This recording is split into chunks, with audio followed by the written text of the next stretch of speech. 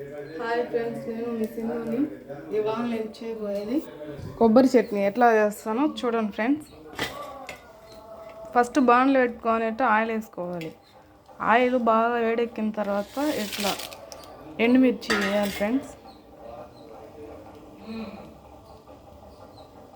Cylinder రావట్లేదు, gas అయిపోతుందని current పొయ్యి మీద వండుతున్నాం ఫ్రెండ్స్. చూడండి, అది ఆకుకూర పప్పు ఫ్రెండ్స్.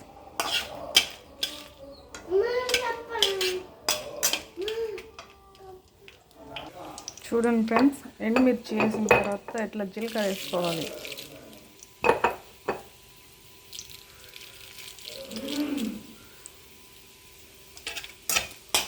జీలకర్ర కొంచెం అట్లా వేసుకోవాలి ఫ్రెండ్స్. తర్వాత కొబ్బరి ముక్కలు వేసుకోవాలి ఫ్రెండ్స్.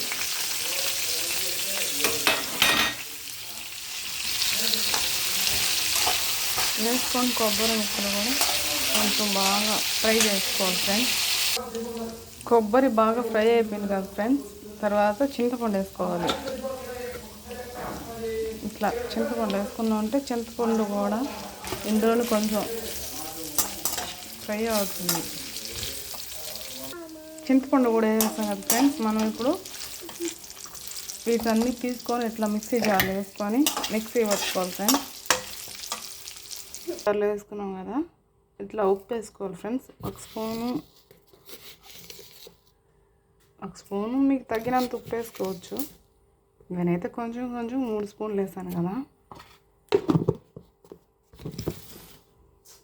ఫస్ట్ ఇట్లా పొడిగా కొట్టుకోవాలి ఫ్రెండ్స్. తర్వాత వాటర్ యాడ్ చేసుకోవాలి. మనకు సరిపోయినంత వాటర్ యాడ్ చేసుకున్నామంటే బాగా ఇంకా మెత్తగా వస్తుంది ఫ్రెండ్స్. పచ్చడిని ఇట్లా బాగా మెత్తగా మిక్స్ చేసుకున్నాం కదా ఫ్రెండ్స్.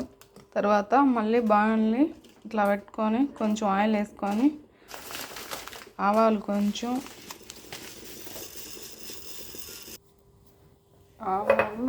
తర్వాత ఇట్లా జీలకర్ర కొంచెం, ఒక ఎండుమిర్చి, కొంచెం పచ్చెనగపప్పు,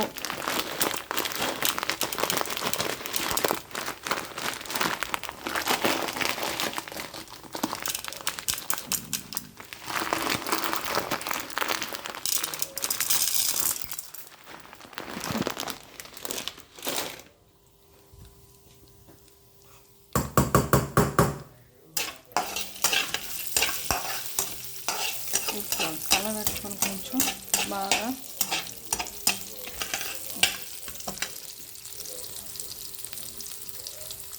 ఒక 3 రెమ్మలు కరివేపాకు, తర్వాత ఇట్లా